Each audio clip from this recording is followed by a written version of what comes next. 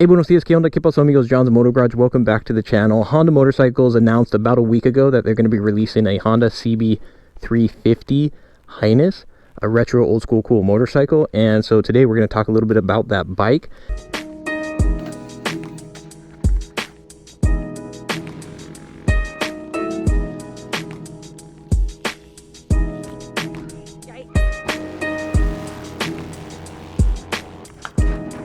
And speaking of old school cool, what better bike to ride than the Triumph Bonneville when we're talking about these retro motorcycles. And huge shout out to my wife Jackie for lending me the motorcycle. You can check her out on Jackie's Moto Garage.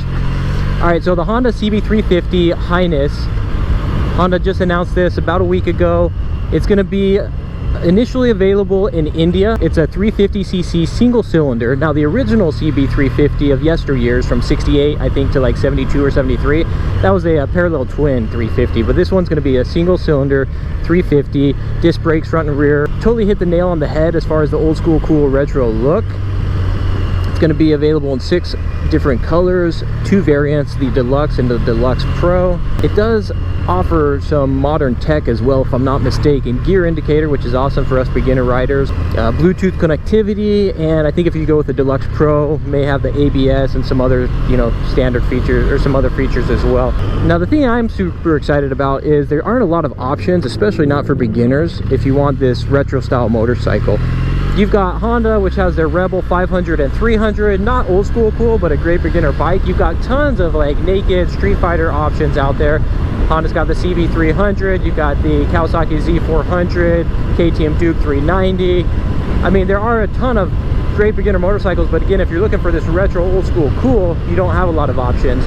The ones that are currently available, I think you've got the Royal Enfield 350, which Honda may be targeting, pretty directly with this CB350, especially considering in the India market. I think that's a very popular bike. And then you've got bikes like the Suzuki TU250X. And really, again, for those old school cool motorcycles, unless I'm like totally missing something, I don't think there are any other options.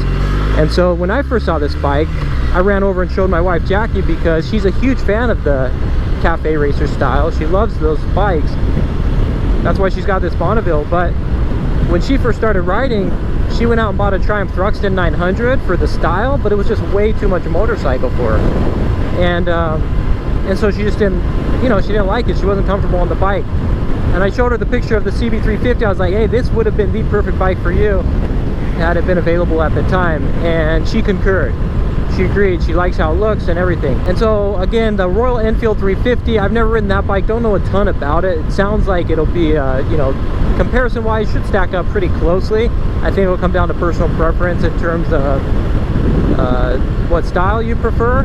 Personally, I like the Honda look over the Royal Enfield. And then as far as reliability, I don't think there's any doubt Honda's gonna take the cake, take the win there. But if you look at the Suzuki 250 TU250X, their single cylinder bike, which I think does fairly well, compared to the Honda, I don't think it's really going to compete as long as they're in the same ballpark as far as the price, because the TU250, it's been around for at least 6 or 7, if not more, years already. To my knowledge, you don't get anywhere near the same tech on that motorcycle. You're not going to get like a gear indicator. I don't know whether or not it has ABS brakes. The horsepower torque specs are probably going to stack up about the same. Let's face it, if you're getting one of these beginner motorcycles, you're not really getting it for the performance side of things. But anyway, I think if you give somebody the option of the Suzuki and the Honda, and they want that retro style, the Honda's like the no-brainer in my opinion. Again, assuming the price points are very close together. So I'm pretty excited about it. A little bit disappointed to hear it's not coming to the US. However, Honda is known for releasing bikes into just specific markets, testing it out, and then if they do well, bringing it to other markets as well. I know they did that with the Honda Grom and other bikes like the CB1100, for example. So I'm excited to see in 2022, for example, if they bring this stateside. I'm also super stoked to see some of the builds that people end up doing with this bike, because if you ask me, this is one of those bikes that a beginner can go out and buy, really get somebody excited about riding, because a lot of people, let's face it, they just like the look of the bike and that's why they get into it. So a beginner can go out and buy this bike, get their feet wet, get comfortable, But then even when they're ready to upgrade and move on to something a little bit bigger, this isn't necessarily the bike you just got to get rid of. I could see a lot of people hanging on to it, keeping it around so they can get other friends or family members into riding, or even turn it into like a custom build. And so personally, if I were to find one of these on the used market a few years down the road at a good price, I'd totally be down to pick it up. I would love to see what one of them, you know, what the ride experience is, see if you could rip around, you know, get it up on one wheel.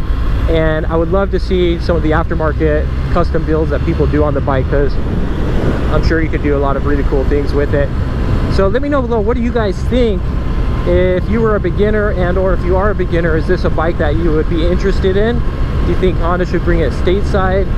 A lot will depend on the price point, but Honda's usually pretty good at keeping these kinds of bikes, you know, especially for the beginners. They're pretty good at keeping these kind of bikes priced appropriately, at least what I've seen in the past. So yeah, let me know your thoughts on the motorcycle. As always, thank you for tuning in. You can like and subscribe if you dig the content. You can follow me on Instagram at John's Moto Garage, and I don't promote it often, but I may start to. You can support the channel additionally through Patreon. Big shout out to all the patrons. Those funds pretty much go entirely to things like my pay it forward rides, where I go out and pay it forward, and then also go towards things like upgraded gear on the channel, things along those lines. I don't need the money, so only support the channel in that way if it's something you want to do, you know what I mean, and are able to do without having any impact whatsoever. There you have it, you guys. John's Moto Garage. We'll catch you on the next one. Adios, hasta luego, nos vemos.